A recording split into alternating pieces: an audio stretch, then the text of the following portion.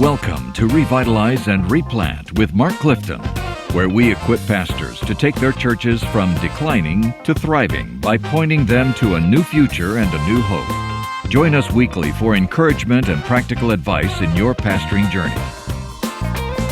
So here we are with a special version of Revitalize and Replant with Mark Clifton. There's Mark Clifton sitting right there. I'm just going to be quiet today.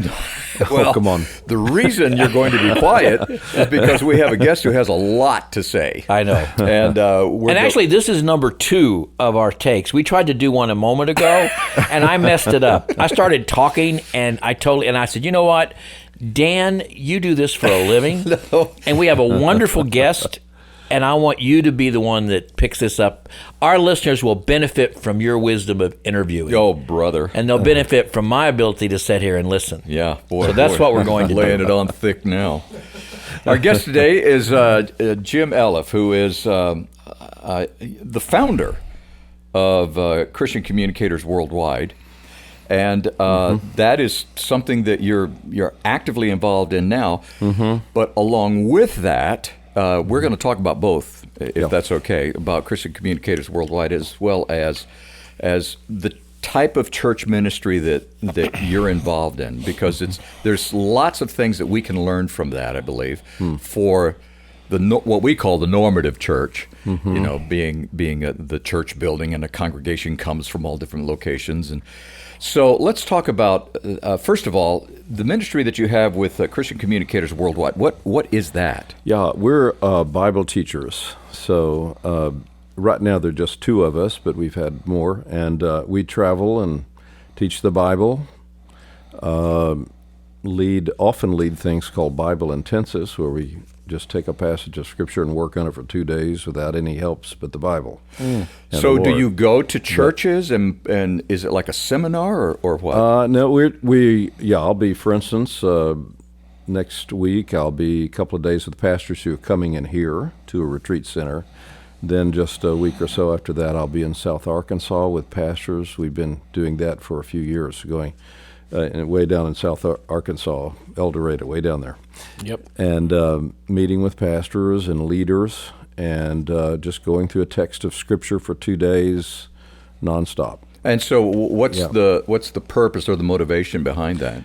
Well, both learning the text that's there, which is no little thing, and then learning the methodology of really doing good inductive Bible study. Oh, tremendous. Yeah. So you're basically teaching teachers. Yeah, that's right. It basically it does have a big effect on how people study the Bible themselves and observe the text, pay attention, to what's in there, and figure out the structure and so forth. So it's just we think very helpful, and many people have just picked this up and started to incorporate it in their churches in various ways. One of the things I've appreciated about Jim over the years is the plethora of resources that are available to churches at no cost. Wonderful things like bulletin inserts that are really thought-provoking and motivational, amazing blog posts and all kinds of things. So I really want to encourage you to take a look at some of the resources that Christian Communicators Worldwide offers. I've used them on many occasions, and they've been very helpful to me in my ministry. So it's a wonderful organization that provides a lot of great material, including something we will look at today. Wonderful little book on the Lord's Supper as a meal. But I'll be quiet and let you get back to your job here. And we'll put the website in the show notes, so you can check that out, ccwtoday.org, and you can go and do some research for yourselves and find out some resources that might be extremely beneficial for you. The other side of Jim Eliff is a ministry that we would normally call house church. Mm-hmm. Do you call it that? We don't mind using that word, the church that meets in the house, right. Yeah, that's fine with us. We think the Bible uses that kind of terminology. And what prompted you to start doing that? Which was, 20 some odd years ago? Longer than that when I first thought about it. And so it's a network of house churches. And years ago I was pastoring in Orlando, Florida. And we good things happened. Eventually, it was a tough church and a huge building. And when I got there, just a minimal number of people scattered around, and it was a big challenge. And we began to think about what God could do with churches. And I was young. We were just newly married, actually. And I wrote down eventually on a piece of paper that I still have the very outline of the things we're doing today. Really? So many years ago, that was something. And then as I began to develop more understanding of the Bible, we just began to flesh that out, fill that in rather, and understand more and more. And when the opportunity came here 22 years ago, well, then we began, and it's been such an amazing, I want to say experiment in a way, because I wasn't used to doing it this way, but it's really been an amazing thing. One of the Really things that I've been intrigued by is that you meet on Sunday evenings, not Sunday mornings.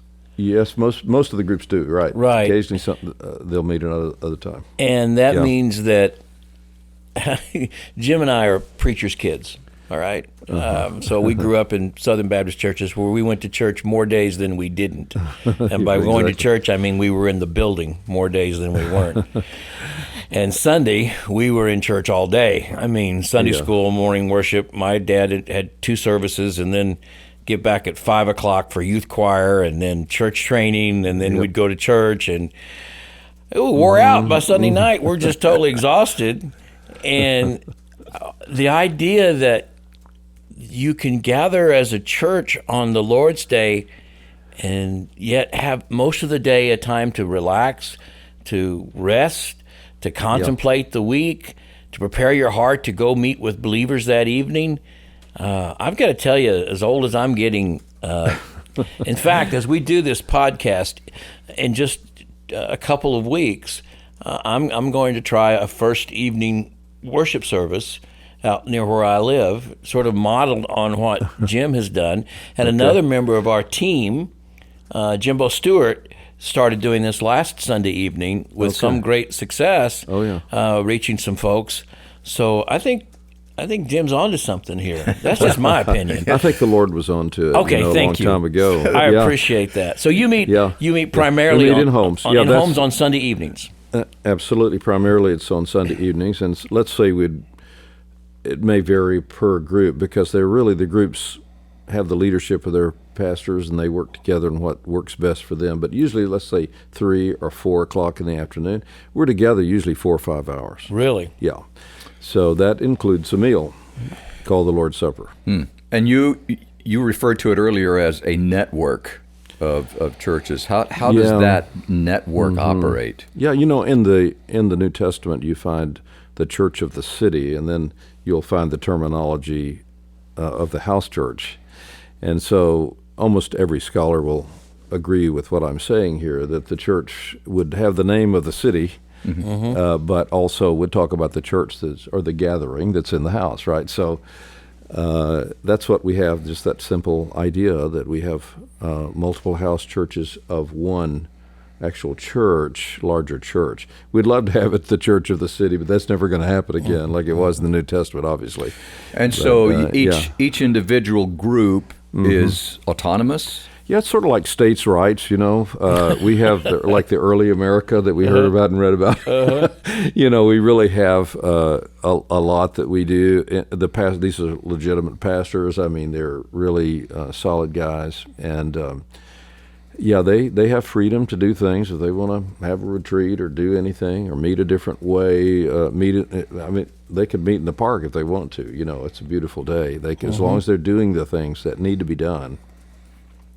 And then the elders are meeting together every week at 5:30 in the morning, by the way, really? On Wednesdays.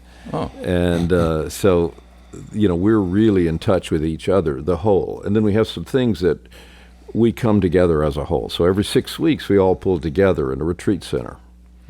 And we have more of a typical meeting, all the instrumentalists will be up there, and there'll be more of a message or 2 or sometimes 3 messages from the elders, or, it just, and So that's more of a typical thing.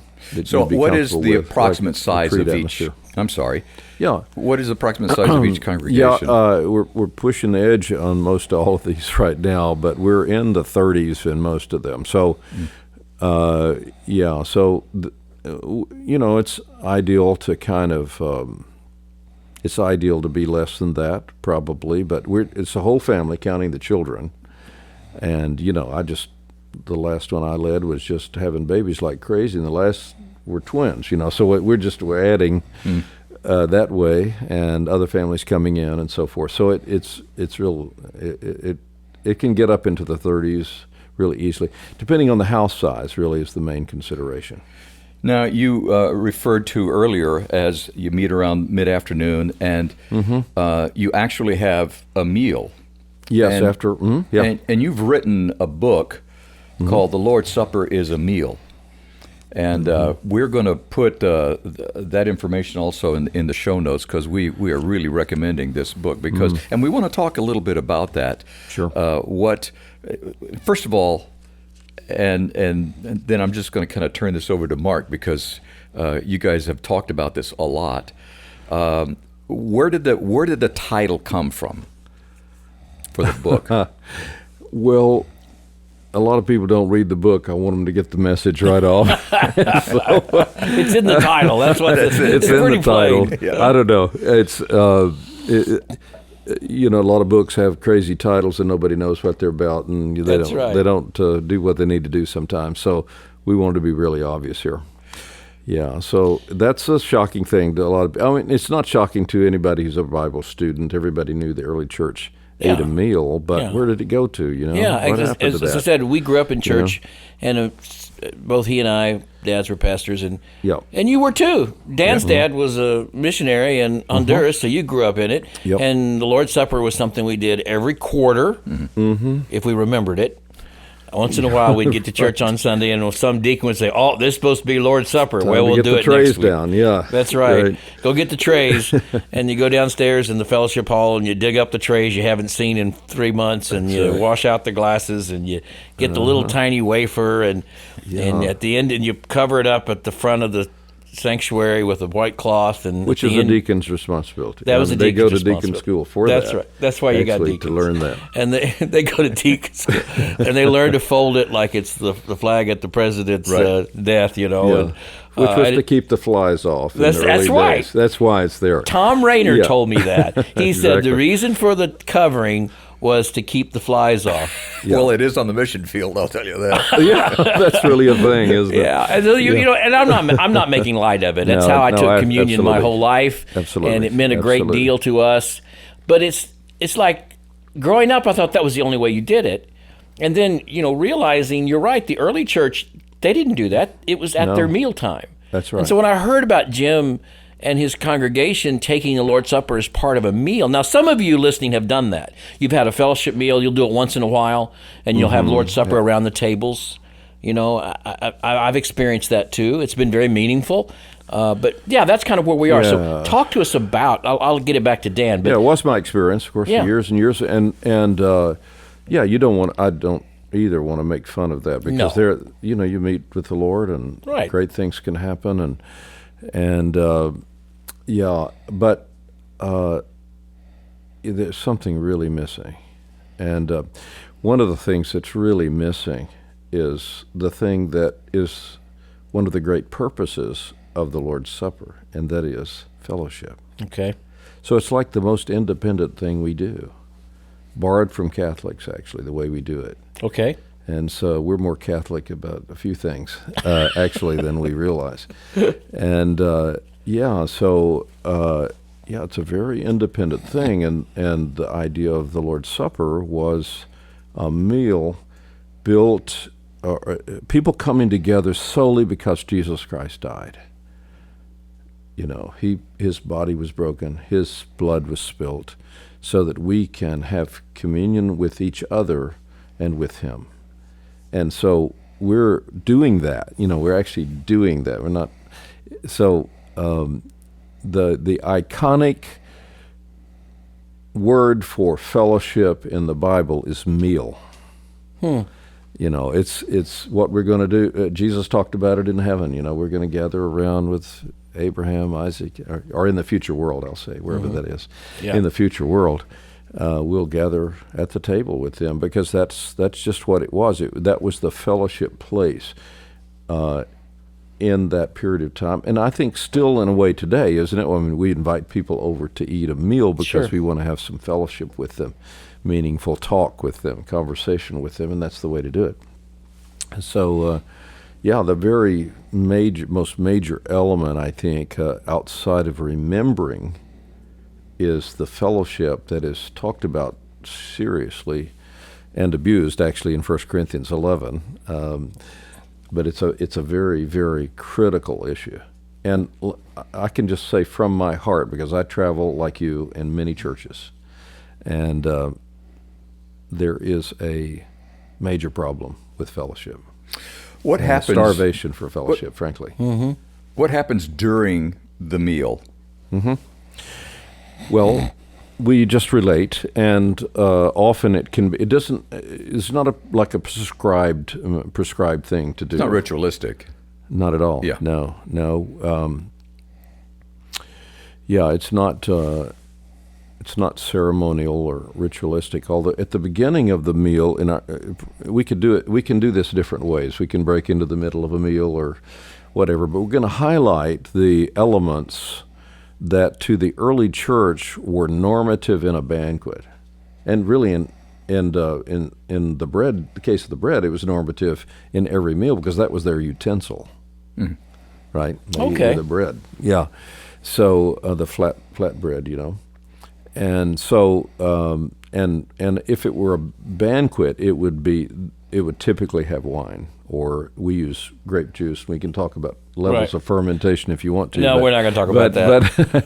But they're all fermenting some level, so we don't care about that. It's just that So you have that, and these are representative of the blood and the body of Jesus Christ, who is the basis of our union. So you're saying in the other. first century, when the church would gather for fellowship, there would always be a meal. They would come together with a meal, and the normal meal would include the flat bread and the drink, the highlighting of that, the showcasing of that. In a way. So what we do is just our habit would be different men in the congregation will gather in the kitchen, stand around all the food. The elements of the Lord's Supper will be there on the table with the food, to be taken with the food, as it would have been in the early church. I mean, they would have used the bread, or it would have been on the table. And so we just kind of go through the potluck line, right? And we take that with us. But he's going to say something. One of the men in the church is going to take some time to usually open the scripture. We'll often sing something around together. It's good singing around that, all together, facing each other, and pray together just for a few minutes of sort of, again, showcasing, pointing out what's going on. If somebody there doesn't understand, I mean, a house church is not like we think of our churches as believers' meetings. Okay. So it's not like a walk-in type situation. So most of the people are going to understand. However, we do have guests, and that come with friends and so forth. If they're seekers, we invite them to come. And we'll explain things a little further. But otherwise, our people know who takes those elements and who doesn't. Right. So the children who are not believers really are not partaking of that bread, that special bread that we bless, the bread that we bless, the cup that we drink, that the Bible talks about is special because we're trying to represent something. Symbolize something. We're going to, by the way, this is a two-parter interview, and so we're going to carry on a few more of some of the details a little bit. But I'm curious, as we're getting close to running out of time here. Would you talk a little bit about, in a ranking system, is the meal the apex of the meeting together, or?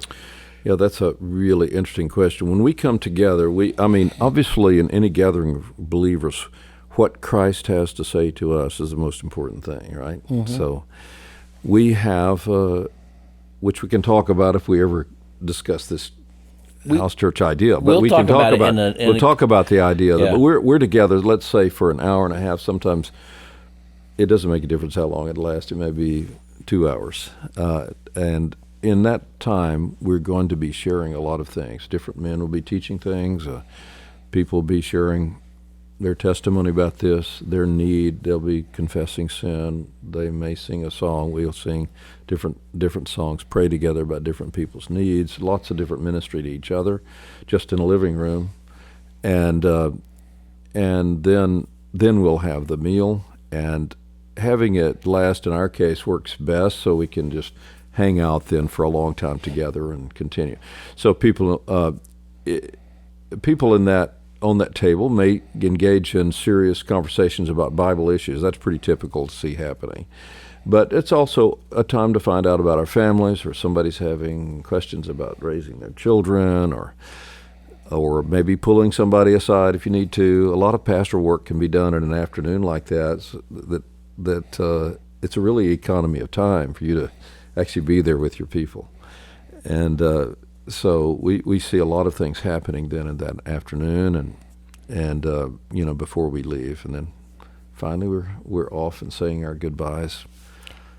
Pretty, And I think very loving, very comfortable, very intimate. I think it's important for us to realize too that these is 5 or 6 of these congregations that gather in homes every week, and 30 or so people in each one. Right. So totally, it's about 150, and then every 6 weeks you get together in one location. Mm-hmm. Yeah, we come together at a retreat center. Okay.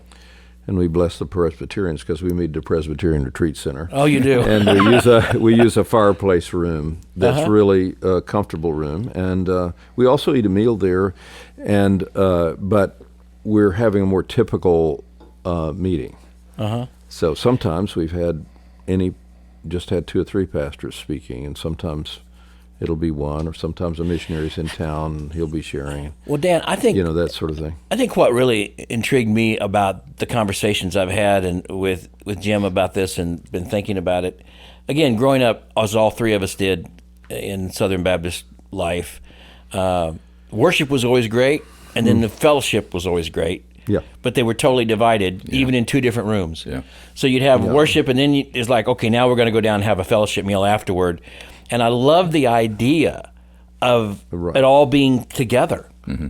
Yeah. How sweet is that? Now, that can more easily happen in a normative-sized church than in a church of 3,000. So you're speaking my language. That's true. It exactly. can happen, and it doesn't really, it's not a matter of a building. Mm-hmm. That can happen in any building. Yes. A house is a building, and it can happen in another place. A house naturally feels right for it. Yes. But sometimes you have to overcome some things. Let's talk about that in the next podcast. I will. That's right. We'll get I into think that. there's some things here that a church, half of our Southern Baptist churches, Jim, will have less than 50 on Sunday morning. Oh, yes. And there's a lot of things we can learn about how to do church well with 50 people. And you don't do it as well when you have 50 and you try to make it look like and function like a church of 250. Yeah.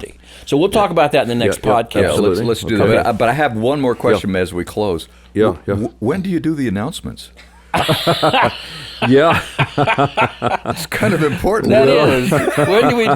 When do we give the church announcements? Yeah, that's right. Well, we've been talking with Jim Eliff, who is the founder of Christian Communicators Worldwide, and obviously involved in.